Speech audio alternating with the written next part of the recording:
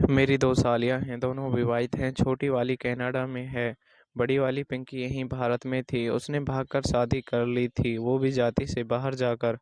पहले उसको किसी ने नहीं अपनाया था, सभी ने नाता तोड़ लिया था उससे, लेकिन शायद उसको उम्मीद थी एक दिन आएगा जब सबका गुस्सा पानी होकर बह जाएगा और सभी मिलने लगेंगे। शादी के 1.5 साल बाद उसने एक लड़की को जन्म दिया।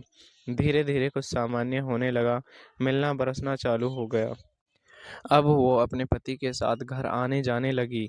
उसके पति का वो आदर-सत्कार नहीं होता था, बस इतना था कि उसको आने से कोई नहीं रोकता और एक सामान्य मेहमान की तरह उसकी खातिरदारी होती, ना कि वो जमाई वाली। उसके लिए दारू, मुर्गा और पकवान आदि कुछ नहीं। वो खुद ही कम जाता लेकिन पत्नी को नहीं रोकता जाने से।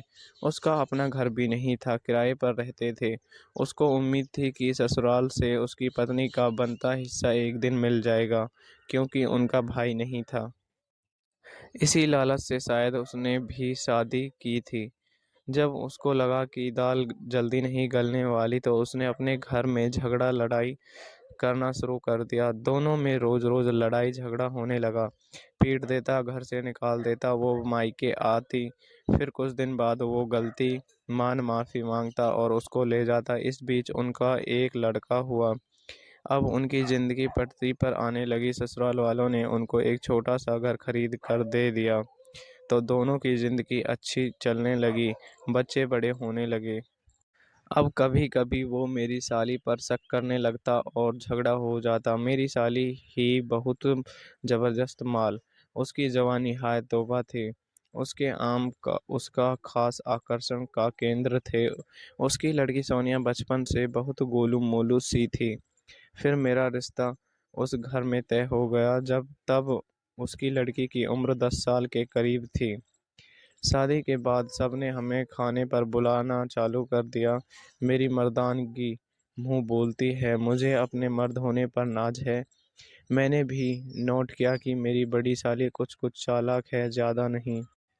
शायद उसके पति के पप्पू में अब दम नहीं था। उसका पति एक प्राइवेट कंपनी में नौकरी करता था। उनकी तनख्वाह अच्छी थी। बच्चे बड़े हुए। मेरी साली ने एक स्कूल में नौकरी कर ली और बेटे को उसी स्कूल में दाखिला करवा लिया। मेरी साली की बेटी सोनिया की अपनी मौसी से बहुत पटती थी। कभी-कभी रहने आती थी, तब मेरा कोई ऐसा-वैसा ख़्याल नहीं था, छोटी थी। मेरा साडू ज़्यादातर घर से बाहर रहता था, उसकी नौकरी ऐसी थी कि रहना पड़ता था। अब भी उनमें झगड़ा हो जाता, कारण वही शक था। वह कहता तू नौकरी छोड़ दे, बच्चे सँभाल बस। मेरी नीयत साली पर बेईमान थी, मेरा दिल उसको करने लगा। मेरी साली भी जानती थी मैं उस पर मरता हूँ। शादी के बाद मेरी पत्नी जम्मू से बीएड करने लगी, कभी चली जाती, कभी आ जाती थी। एक दिन मैं घर में अकेला था। उस दिन मेरे घरवाले भी गाँव गए हुए थे। हमारा खेती-बाड़ी का बहुत बड़ा काम है। डैड और मॉम कभी हमारे पास शहर रुकते, कभी गाँव। मेरा अपना बिज़नेस है। रात के 8:30 बजे का वक़्त था। मैं घर में बैठा दारू के पैग लगा रहा था, साथ-साथ टीवी देख रहा था। अकेला था। पहले सोचा अपनी किसी मासूका को बुला लेता हूँ, लेकिन उस दिन सभी व्यस्त थी। उसी रात को आ नहीं सकती थी। तभी दरवाजे की घंटी बजी। मैंने दरवाज़ा खोला। मेरी आँखों के नशा था। मेरे सामने मेरी साली खड़ी थी, पिंकी। तुम इस वक्त अकेली आई हो? हाँ, अकेली हूँ। इतनी रात को? सब ठीक-ठाक है? हाँ कहकर वो अंदर चली आई। मैंने मुक्त दरवाज़ा बंद किया और उसके पीछे अंदर आ गया। वो चुप थी। पिंकी क्या हुआ? झगड़ा हो गया क्या? इतने में उसका मोबाइल बजा। उसने काट दिया। फिर मेरी सासू का फ़ोन आ गया। मेरी साली पिंकी मुझसे बोली, मेरे बारे में मत बताना। मेरी सास ने कहा, पिंकी का जमाई जी से झगड़ा हो गया है, पता नहीं घर से चली गई है। मुझसे पूछा, तुम्हारे घर आई है क्या? नहीं मम्मी, यहाँ नहीं आई। फ़ोन बंद किया मैंने और उसके करीब जाकर उसके कंधे पर हाथ रखते हुए कहा, पिंकी हुआ क्या? कुछ नहीं जीजाजी, होना क्या है? बस वैसे ही आ गई। नहीं आ सकती क्या?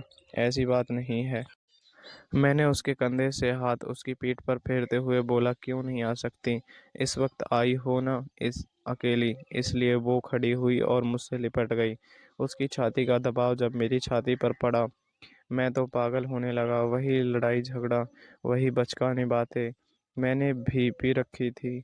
अपनी बाहों को पीछे ले जाकर उसकी पीठ पर कसते हुए मेरा हाथ जब उसके ब्लाउज के ऊपर उसके जिस्म पर लगा, उसने खुद को और कस लिया।